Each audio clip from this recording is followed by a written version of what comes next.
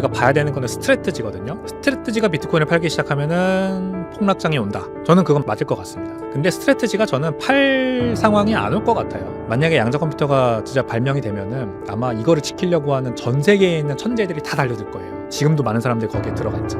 그 성공했다고 꺼드럭거리고 막 으스대고 막 돈 많다고 자랑하고 막 과시하고 더 지르고 배팅하고 막 이러다 보면은 개털 되는 거잖아요. 그 레슨을 겸손하게 비트코인을 모아라라는 그 한마디로 함축해서 저는 좀 가르쳐주고 싶어요.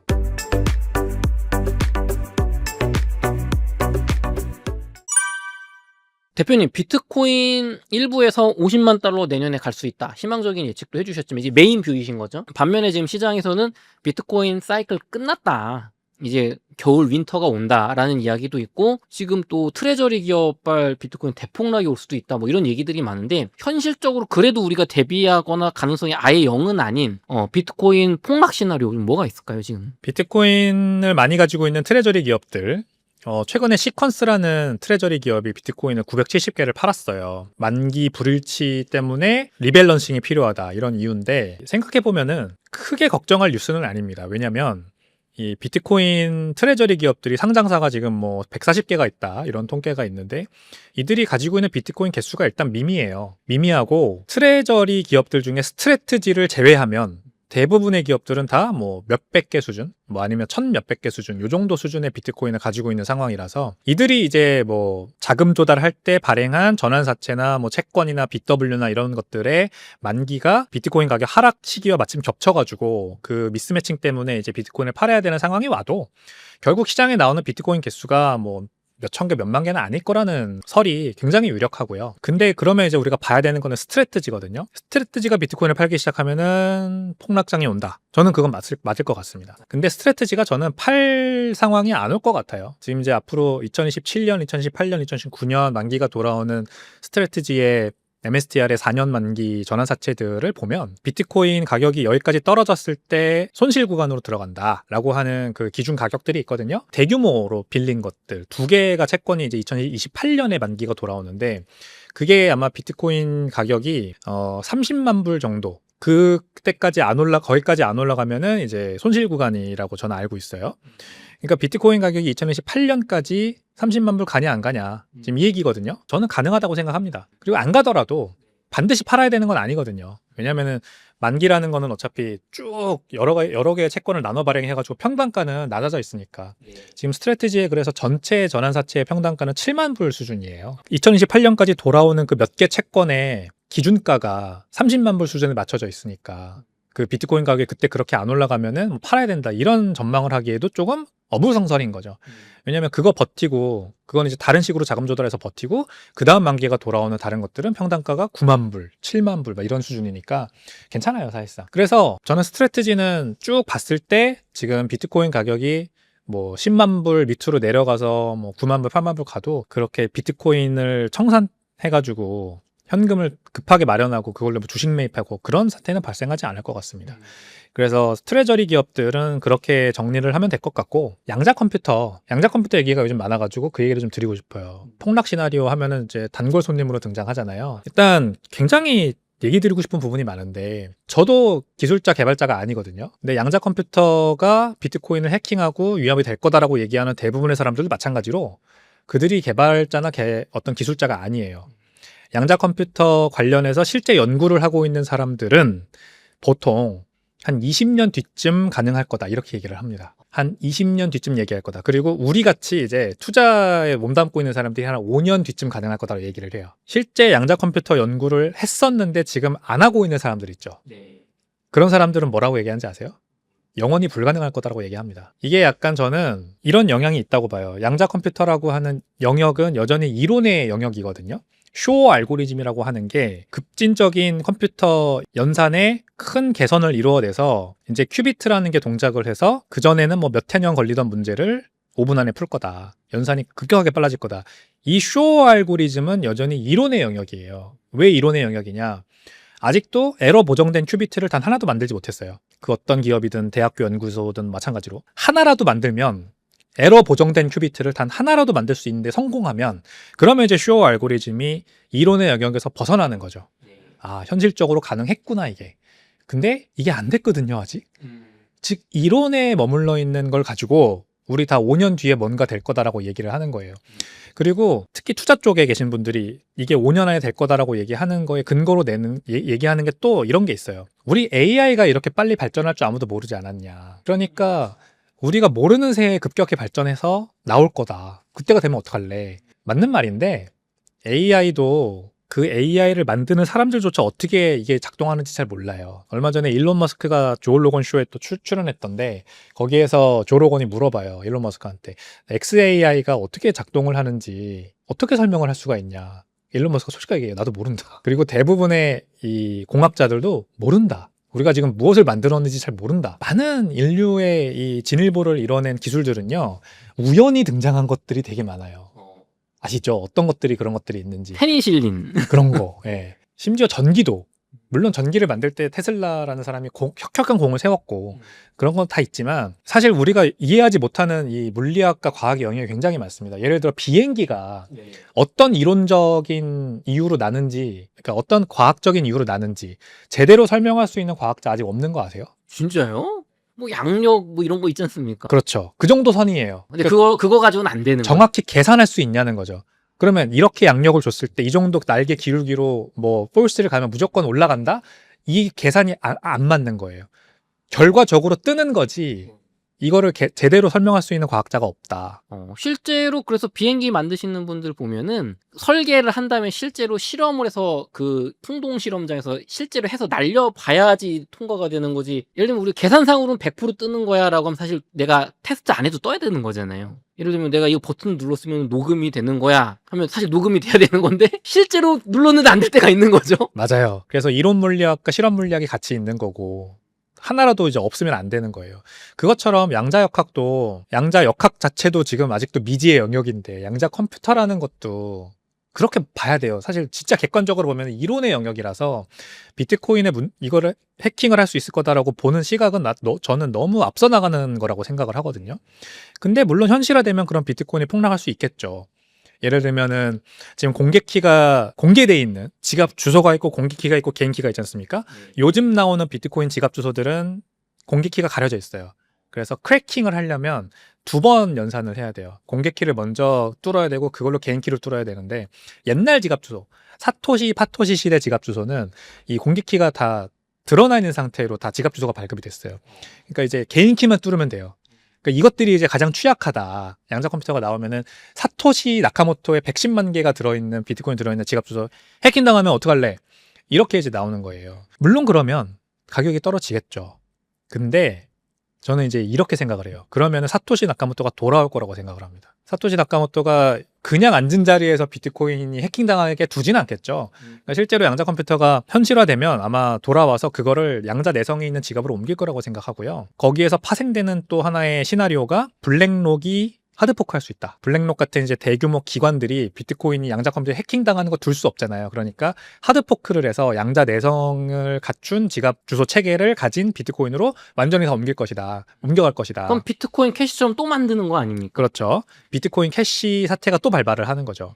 근데 이제 우리가 블록 사이즈 워라는 게 있었던 거가 그래서 굉장히 귀중한 자료가 되는 건데 그때도 이 거래소들, 코인베이스, 바이낸스 이런 것들이 비트코인의 블록 용량이 커져야 된다면서 하드포크를 했어요. 주장했어요. 근데 결국 무산됐거든요. 왜냐하면 비트코인은 여전히 개인들의 손에 있는 게 너무나도 그 개인들의 힘이 비트코인에 미치는 영향이 더 컸기 때문에 무산됐고 결국 우지안 따라 나간 BCH 폭망했고 뭐 저 로저버 따라 나간 BSV도 폭망했고 막 이렇게 됐어요. 저는 블랙록이 하드포크를 해도 역시 가격은 한번 폭락할 수 있겠지만 기존의 비트코인은 기존의 비트코인대로 남고 기존의 비트코인에 92만 개까지 지금 블록이 아마 쌓였을 텐데 이거는 계속 유지될 거라고 생각해요. 그리고 이게 비트코인으로 남지 이게 비트코인 캐시가 되거나 뭐 이러지 않을 거라고. 비트코인 클래식이 될 수 있겠네요. 어쩌면 비트코인 클래식이 되지 않을 거예요. 이더리움은 이더리움이 나가서 이더리움이 됐고 이더리움 클래식이 됐잖아요. 비탈릭을 따라 나간 거죠, 말하자면. 근데 비트코인은 그런 주체가 없어요. 블랙록이 나간다고 해서 사람들이 따라 나가지 않는다는 거죠, 말하자면. 그러니까 이상한 거 하나가 생긴 거지 비트코인 클래식이 되진 않아요. 그리고 비트코인은 아마 소프트 포크를 할 거예요. 하드 포크가 아니라 그냥 내부 업데이트를 통해서 양자 내성을 갖춘 지갑 주소 체계를 만들어서 아마 양자 컴퓨터에 대응을 할 겁니다. 그래서 사토시가 돌아온다고 말씀드린 거예요. 그 지갑으로 옮기면 되거든요, 비트코인 그냥. 그리고 오지들도 결국 오랫동안 비트코인 가지고 있었던 사람들도 비트코인을 그 양자 내성 암호 지갑으로 옮기겠죠. 그러면 그냥 끝나는 문제. 만약에 사토시가 돌아오면 어떻게 되냐? 그러면 이제 세 번째, 양자 컴퓨터 말고 그냥 사토시가 돌아온다. 아무 이유 없이 사토시가 돌아와서 자기 110만 개 비트코인을 판다. 많이 이것도- 올랐어 이제. 네, 많이 올랐어. 나도 좀 돈 좀 벌어볼게 하고 판다. 저는 가격이 떨어진다고 생각합니다. 이때도 물론 단기간으로 엄청 떨어지겠죠. 비트코인의 이 순결한 완전 무결성, 창시자가 없다라고 하는 게 깨지는 거잖아요, 이제. 근데 비트코인은 이미 그의 손을 떠났어요. 비트코인은 우리한테 넘어왔어요. 그의 손을 떠나서. 그가 할 수 있는 건 아무것도 없어요. 블랙록이 지금 비트코인은 뭐 60만 개, 70만 개 가지고 있어도 비트코인은 할 수 있는 거 아무것도 없듯이 그도 사토시도 메인테이너 키조차 갖고 있지 않아요. 그게 이제 코드를 변경할 수 있는 그 권한이거든요. 그것도 다 넘기고 떠났기 때문에 사토시가 할 수 있는 거는 비트코인을 파는 것밖에 없어요. 그러면 그 대규모 물량이 시장에 나오면 당연히 떨어지겠죠. 근데 저 같은 경우에는 또는 저를 비롯한 여러 비트코인의 가치를 아는 사람들은 땡큐 하고 저가 매수를 할 거라고 저는 생각을 합니다. 그러면은 다시 가격은 올라가겠죠. 좋습니다. 그러면은 결국에는 가격이 폭락할 수 있는 요인으로 작용할 수는 있겠지만 결국에는 우상향한다라는 말씀이신 거잖아요. 그러면 또 양자 컴퓨터 얘기하시는 분들은 이게 지갑을 뚫지는 못하는데 지갑과 지갑 간에 서로 전송을 할 때는 이게 뚫릴 가능성이 높다라고 뭐 IBM의 양자 전문가가 얘기했다 뭐 이런 기사도 인용하시는 것 같아요. 저희 또 시청자분들은 잘 모르니까 저도 잘 모르고 좀 그런 게 좀 아니 IBM에서 뭐 전문가가 얘기했다니까 이게 저 사람은 현업 아니냐 조금 흔들리실 수도 있을 것 같거든요. 어떻게 보십니까? 이렇게 정리하면 될 것 같아요. 비트코인을 전송하는 와중에 드러나는 게 뭐냐면 양쪽의 지갑 주소예요. 보낸 사람의 지갑 주소와 받는 사람의 지갑 주소. 이게 공개되잖아요. 블록체인이라는 건 24시간 전부 모든 데이터가 공개되는 거니까 양자 컴퓨터가 이 지갑 주소를 보고 뚫을 수 있다는 거죠. 특히 뭐를 특정하겠어요? 비트코인이 많이 전송되는 트랜잭션을 가장 먼저 특정하겠죠. 그래서 비트코인이 예를 들어 우리 웨일 얼러트 같은 거 봐도 뭐 5,000개의 비트코인이 대규모 고래의 5,000개의 비트코인이 거래소 지갑 주소로 이동했습니다. 이런 거 뜨는 것처럼 그런 거를 싹 모니터하고 있다가 좋네. 그러면은 이 to 지갑 주소, from에서 to로 옮겼으니까 from 지갑 주소와 to 지갑 주소를 특정해서 보고 여기 몇 개 비트코인 들어있나 보고 여기 많이 들어있네. 그럼 이거 특정해서 공격한다. 이런 걱정이거든요. 이런 상황을 우리가 한꺼풀 해결한 게 바로 탭루트예요. 비트코인의 소프트 포크 2023년에 있었던 탭루트 업그레이드된 지갑 주소가 보낸 사람과 받는 사람의 정보를 가려줘요. 슈노르 서명이라는 걸 해가지고. 그러니까 서명이라는 걸 해가지고 비트코인이 가는 거거든요. 그래서 기존의 이 서명 방식은 지갑 주소가 드러나는 서명 방식이라고요. 누가 보냈는지와 받는 사람이 누군지가. 근데 슈노르 서명이라는 걸 하면은 이제 보안이 올라가는 거죠, 말하자면. 개인의 보안이 올라가서 받는 자와 보내는 자의 서명이 서명자의 정체가 가려져요. 그러면은 양자 컴퓨터를 들고 내가 공격을 하려고 하는 사람 입장에서는 정보가 다 가려져 있으니까 불특정 다수를 공격할 수밖에 없겠죠. 그러면은 당연히 이제 공격 벡터가 낮아지는 거죠. 이게 바로 이제 비트코인이 양자 내성으로 스스로 이제 진화를 하고 있는 방법이거든요. 탭루트 업그레이드도 굉장히 오랜 동안 이제 비트코인 커뮤니티 내에서 갑론을박이 벌어져서 그 결과로 나타난 거예요. 물론 아직까지 뭐 대중적으로 비트코인 커뮤니티 내에서 대중적으로 전반적으로 이 탭루트가 확산되고 있는 건 아니에요. 사실상 사람들은 관심이 없어요. 아직까지 보안이 그렇게 중요하지 않으니까. 근데 방법은 있는 거죠. 만약에 진짜 양자 컴퓨터가 나온다 그러면은 탭루트의 슈노르 서명이 굉장히 귀중해질 거예요. 이 전송 간에 보낸 사람과 받는 사람 정보가 가려지니까. 그리고 여기에서 이제 추가적으로 더 나올 수 있다는 게 증명이 된 거죠. 이게 비트코인이 오픈소스잖아요. 진짜 오픈소스가 굉장히 이런 면에서 유리해요. 테슬라 일론 머스크 창업자가 만들고 있는 그 하이퍼루프라는 것도 오픈소스로 만든 거 아세요? 그렇군요. 이거를 일론 머스크가 전 세계 최고의 천재들을 모아가지고 하이퍼루프로 만들자 한 게 아니에요. 하이퍼루프라는 아이디어 자체는 일론 머스크가 냈지만 그거를 어떻게 디자인하고 개발할까는 사실상 오픈소스로 풀었어요. 전 세계에 있는 천재들한테 내가 다 열린 시각으로 받겠다, 아이디어를. 그래가지고 그게 만들어진 프로젝트예요. 그래서 지금 짓고 있는 거잖아요. 그래서 미국 저 끝에 저 끝까지 20분 만에 간다. 이거 하고 있는 거예요. 이 오픈소스가 그런 정도로 굉장히 파급력이 커요. 근데 비트코인이 만약에 양자 컴퓨터가 진짜 발명이 되면은 아마 이거를 지키려고 하는 전 세계에 있는 천재들이 다 달려들 거예요. 지금도 많은 사람들이 거기에 들어가 있지만.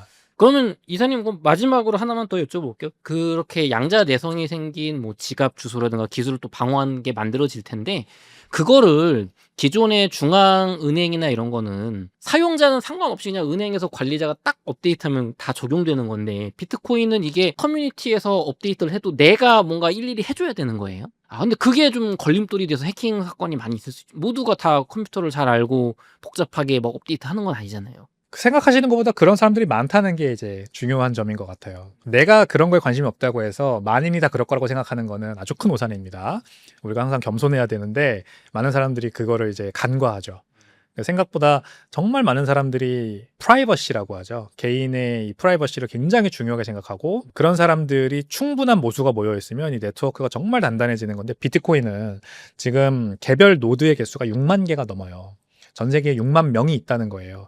물론 이제 한 명이 여러 개의 노드를 할 수 있기 때문에 추산된 그 숫자이긴 하지만 생각해 보시면은 전 세계에 6만 명을 한 번에 공격할 수 있는 단일 공격 벡터 같은 건 없어요. 엄청 어렵죠. 그래서 싱글 포인트 오브 페일리어, 단일 실패 지점이 존재하는 중앙 은행이나 뭐 은행이나 아니면 중앙 처리 장치나 이런 모든 것들보다 훨씬 더 안전한 거예요, 사실상. 이 해커 입장에서 양자 컴퓨터를 들고 뭔가를 원장을 해킹하려고 하는 해커 입장에서 단일 실패 지점이 존재하는 게 쉽겠어요? 아니면은 6만 개의 개별 노드가 존재하는 네트워크가 공격하기가 쉽겠어요? 당연히 전자죠. 은행을 공격하는 게 너무나도 쉽습니다. 그러니까 거기 먼저 공격하는 거예요. 우리가 지금 쓰고 있는 은행 시스템, 관공서, 뭐 얼마 전에 국정자원 분란 것 때문에 다들 느끼시죠? 도대체 며칠 동안 홈택스가 먹통이 된 겁니까? 지금 아직도 우리 집은 그 기가진이에다가 날씨 좀 물어보면 아직도 국정자원 때문에 사고 때문에 날씨 정보가 안 넘어온다는 얘기를 하고 있어요. 아직도 몇 달이 지났는데 이런 것들을 보면은 진짜 중앙에 이 모든 것들을 기대는 이 방식이 얼마나 단일 실패 지점이 취약한가라는 걸 알 수가 있는 부분. 근데 비트코인은 분산화되었기 때문에 가장 늦게 공격이 들어올 거고 가장 그만큼 크랙하기 어려운 네트워크라는 거죠.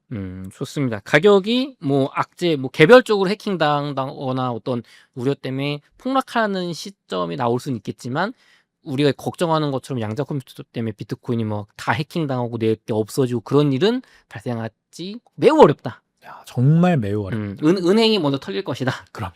좋습니다. 또 요번에 또 신간 책을 또 내셨다고 하는데 대표님이 직접 지으셨다고 들었습니다. 어떤 책인가요? 네, 바로 이 책입니다. 결국 비트코인이라는 제목을 가지고 있고 저는 이제 이 책을 일단 왜 썼냐면 제가 일단은 굉장히 인생이 힘들었던 시기가 있었고 그 인생의 굴곡을 지나서 지금까지 올 때까지 정말 좋은 역할을 해준 게 비트코인이거든요.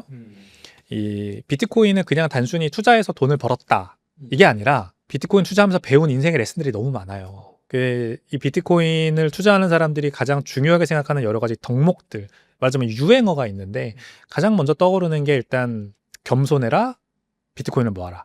Stay humble, stack sets라는 말이 있고요. 겸손해라라는 말이 저는 참 와닿아요. 얼마 전에도 워렌 버핏이 이제 마지막 투자자 서한을 보냈더라고요. 거기에 이제 마지막 내가 좀 몇 개 그래서 추가적으로 하고 싶은 말 하면서 A few final thoughts라고 하는 부분이 있는데 거기에 마지막에 등장하는 말이요. 모든 사람에게 친절할 것. 친절은 복리 수익으로 나한테 돌아온다. 청소부 아줌마든 회장님이든 다 똑같은 인간이라는 걸 기억해라. 그런 얘기를 하더라고요. 근데 너무 공감되는 거예요. 왜냐면 제가 이 책에 쓴 비트코인에 투자하는 이유가 그거거든요. 우리가 누구나 다 부자가 되고 싶은 욕심이 있죠. 근데 그 부자가 되고 싶은 욕심을 이루는 방법이 이제 중요한 건데 제가 그래도 비트코인을 투자하면서 나름 성공을 할 수 있었던 이유는 한번 크게 꺾여봤기 때문이에요. 그 내용이 약간 들어가요. 여기 이제 서문에 제가 이제 뭐 저희 집도 사업을 하다가 아버지가 사업을 하다가 그게 잘 안 돼가지고 빚더미에 앉고 저도 그래서 이제 아무 생각 없이 유학 생활을 하던 미국에서 유학하던 그런 유학생이었는데 좀 정신 차리고 열심히 살게 되고 그런 와중에 결혼을 하게 되면서 더 책임감이 막중해지고 그러면서 어른이 됐거든요, 제가. 그러면서 비트코인의 가치를 깨달은 거예요. 그러다 보니까 비트코인을 좀 제대로 투자할 수가 있었어요. 단기 투자 수익이나 뭐 너무 욕심 부리는 거, 레버리지 써가지고 욕심 부리는 거, 뭐 이런 거 안 하고 비트코인을 꾸준하게 모아나가고 안 팔고 지금까지 계속해서 사다 보니까 자연스럽게 부가 늘더라고요. 그거를 젊은 사람들한테 알려줘야겠다 생각을 했어요. 저도 20, 30대 때 그런 일을 겪으면서 힘들어지면서 깨달을 수밖에 없었던 그 인생의 레슨. 겸손해라. 그리고 사람들한테 친절하고 그게 다 나한테 복이 되어 돌아온다라고 하는 거. 근데 막 그 성공했다고 꺼드럭거리고 막 으스대고 막 돈 많다고 자랑하고 막 과시하고 뭐 내가 한 번 성공했다고 두 번, 세 번 성공할 수 있을 거라 생각하고 막 더 지르고 배팅하고 막 이러다 보면은 개털되는 거잖아요. 그 레슨을 겸손하게 비트코인을 모아라라는 그 한마디로 함축해서 저는 좀 가르쳐 주고 싶어요. 그래서 이거는 실행서예요, 실행서. 비트코인에 투자하는 정말 여러 가지 방법들이 있지만 저는 DCA, 비트코인이 언제나 지금이 가장 싼 가격이라고 생각하고 꾸준히 사모으다 보면 복리가 되어서 나한테 수익이 찾아온다. 복리 수익이 찾아온다. 언제나 졸부는 있을 수 있지만 졸부가 계속해서 부자로 남는 경우는 굉장히 희박하거든요. 그거를 이해하면 천천히 부자가 되는 게 진짜 부자가 되는 길인 거예요. 그거를 비트코인을 이룩할 수 있다. 그거를 위한 또 이제 비트코인에 대한 배경 지식 또 필요하잖아요. 비트코인을 도대체 왜 그럼 내가 사야 되는데? 왜 20년, 30년 뒤에 내가 이거를 통해서 복리 수익으로 부자가 될 수 있는데? 이거에 대한 질문도 있으실 테니까 실행에 이어서 이제 비트코인에 대한 전반적인 배경 지식이 필요한 그것도 이제 일부 다룬 책이라 할 수가 있죠. 그래서 쉽게 최대한 쉽게 썼는데 읽으신 분들은 또 어렵다라고 말씀을 하시더라고요. 근데 투자에 관심 많으신 분들 있죠? 네. 나 좀 진짜 부자가 돼보고 싶어. 나 그래서 투자 열심히 하고 있는데 아니면 투자 안 하고 있더라도 나 부자가 되고 싶어. 뭔가 좀 인생의 돌파구가 필요해. 이런 분들이 읽으면 되게 좋아요. 이게 뭐 재테크 서점 가면은 재테크, 투자 이런 쪽에 진열이 돼 있던데 저는 이거 자기계발서라고 생각합니다. 잘못 분류돼 있어요. 경영 자기계발에 가야 놓여야 되는데 뭔가 돌파구가 필요하신 분들은 제가 비트코인으로 어떻게 그 돌파구를 마련했는지 좀 읽어보시고 나도 영감을 받을 수 있는 그런 책이라고 생각을 합니다. 좋습니다. 서점에서 한번 읽어보셨으면 좋겠습니다. 저희 끝으로 요즘 비트코인 금융, 디파이 금융 이야기 짧게 나눠보도록 하겠습니다.